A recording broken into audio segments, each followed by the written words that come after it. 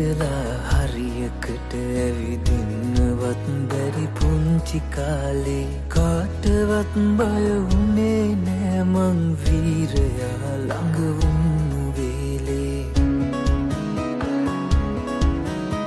පේරි ගැහිලා කුඹියන්ටත් මාවතී ඇවිදින්න ඉඩදී කුඩු හදනා කුරුල්ලන්සේ නිදහසේ පියබන්න